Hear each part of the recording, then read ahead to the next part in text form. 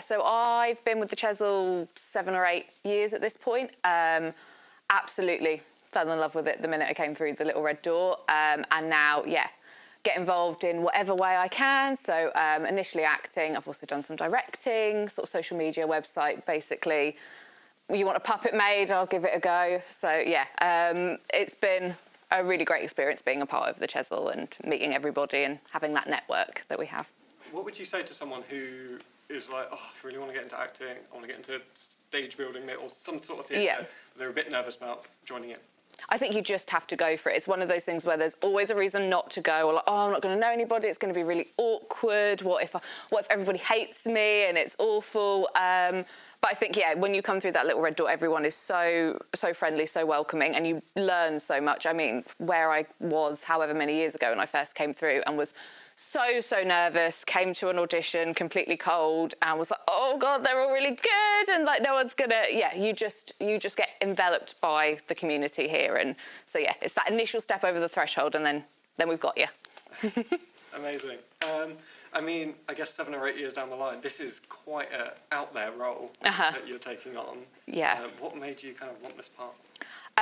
I think it is the fact that it's the sort of role I would never have imagined going for 7 or 8 years ago. The idea of physicality and things of that nature was so alien to me. I'm very much a kind of my words, and when I first came to the Chesil, I was very much like, oh, I don't want to do anything, I want to stand still, or I want to stomp on, do my bit, stomp off. So it was the idea of challenge, really, that kind of pushed me to do it. Like, okay, no, let's do something a little bit out of my comfort zone. And luckily, Sarah, the director, was willing to give me that rope to see if I could do it. Amazing. And what has the rehearsal period been like?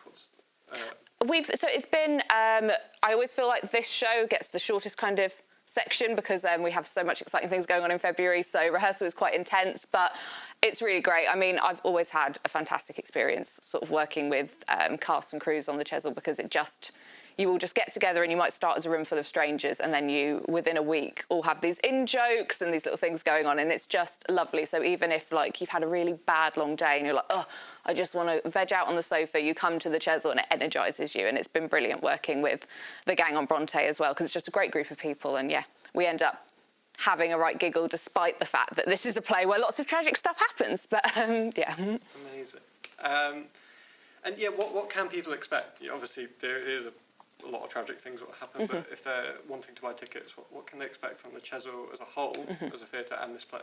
I think it's really interesting in several ways. So I think if you're a fan of the Brontes already and you've read the books, coming and seeing kind of that family dynamic and their lives and how those stories emerged, and picking up on the dynamics and how they might have worked their way into their literature is going to be really exciting.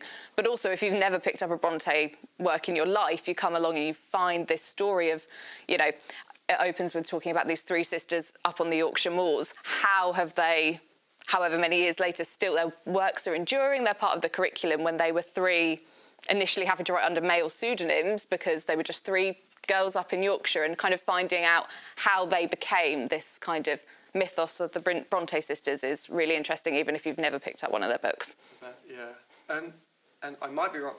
Am I right in saying you used to be an English teacher? I did, yeah.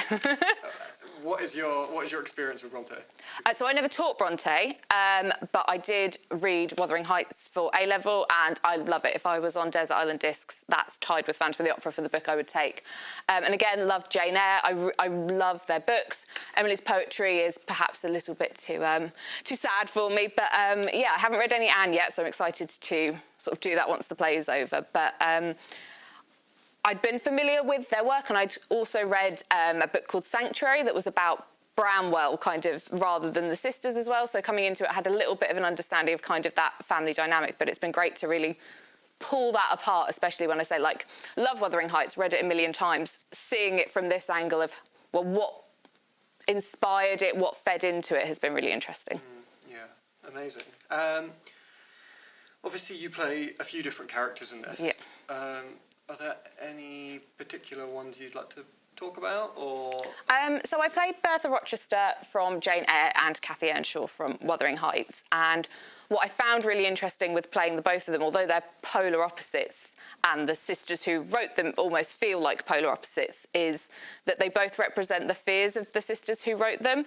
So Bertha is all of Charlotte's repressed sexuality and all these things that she feels that she can't be. It's all those fears of what maybe would happen to her if she was to let in that side of her nature.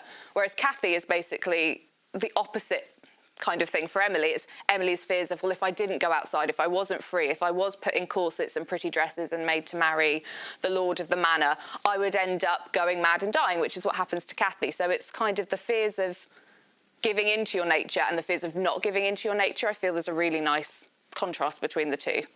Amazing. Who is this show for? Oh, that's a good question. And I won't, sorry, it just popped into my head. I won't include this if there's not. If I don't have an answer.